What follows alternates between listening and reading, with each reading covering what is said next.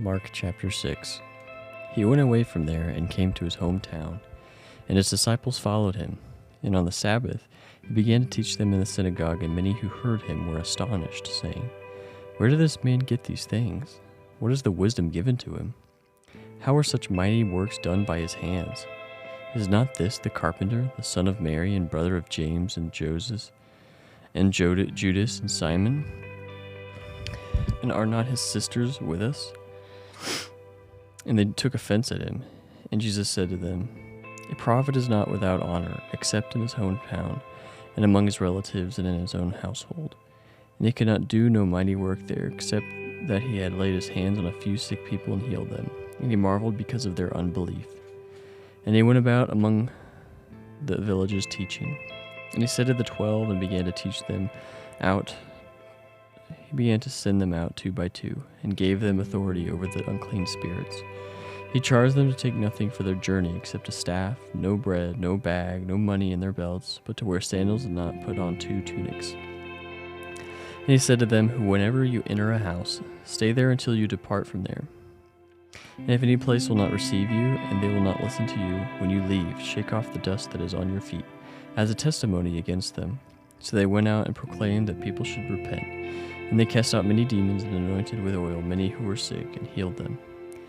King Herod heard of it, for Jesus' name had become known. And some said, "John the Baptist has been raised from the dead.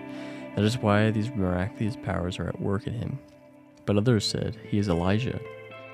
And others said, "He is a prophet, like one of the prophets of old."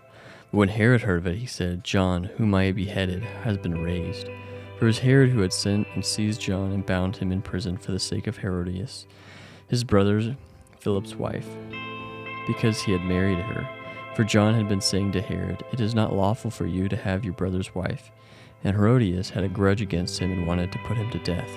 But he could not, for Herod feared John, knowing that he was a righteous and holy man, and he kept him safe. When he heard him, he was greatly perplexed, and yet he heard him gladly. But an opportunity came when Herod, on his birthday, gave a banquet for his nobles and military commanders, and the leading men of Galilee. For when Herodias' daughter came in and danced, she pleased Herod and his guests, and the king said to the girl, "Ask me for whatever you wish, and I will give it to you." And he vowed it to her. "Whatever you ask me, I will give you, up to half of my kingdom." And she went out and said to her mother, "For what shall I ask?" And she said, "The head of John the Baptist." And she came in immediately with haste to the king and asked him, saying, "I want you to give me at once the head of John the Baptist on a platter." And the king was exceedingly sorry, but because of his oaths and his guests he did not want to break his word to her. And immediately the king sent out an executioner with orders to bring John's head. He went and beheaded him in prison, and brought his head on a platter and gave it to the girl. And the girl gave it to her mother, and his disciples heard of it. They came and took his body and laid it in a tomb. The apostles returned to Jesus and told him all that they had done and taught. And he said to them, "Come away by yourselves to a desolate place and rest a while." For many were coming and going, and they had no leisure even to eat. And when they went away in a boat to a desolate place by themselves, now many of them saw them going and recognized them, and they ran there on foot from all the towns and got there ahead of them. When he went on shore, he saw a great crowd, and he had compassion on them, because they were like sheep without a shepherd. And he began to teach them many things. And when it grew late, his disciples came to him and said, "This is a desolate place, and the hour is now late. Send them away to go into the surrounding countryside and villages, and buy themselves something to eat." But he answered them, "You give them something to eat." And they said to him, "Shall we go and buy 200 denarii worth of bread and give it to them to eat?" And he said to them, "How many loaves do you have? Go and see." And when they had found out, they said, 5 and 2 fish. Then he commanded them all to sit down in groups on the green grass. So they sat down in groups by hundreds and by 50s. And taking the 5 loaves and the 2 fish, he looked up to heaven and said a blessing, and broke the loaves and gave them to the disciples to set before the people.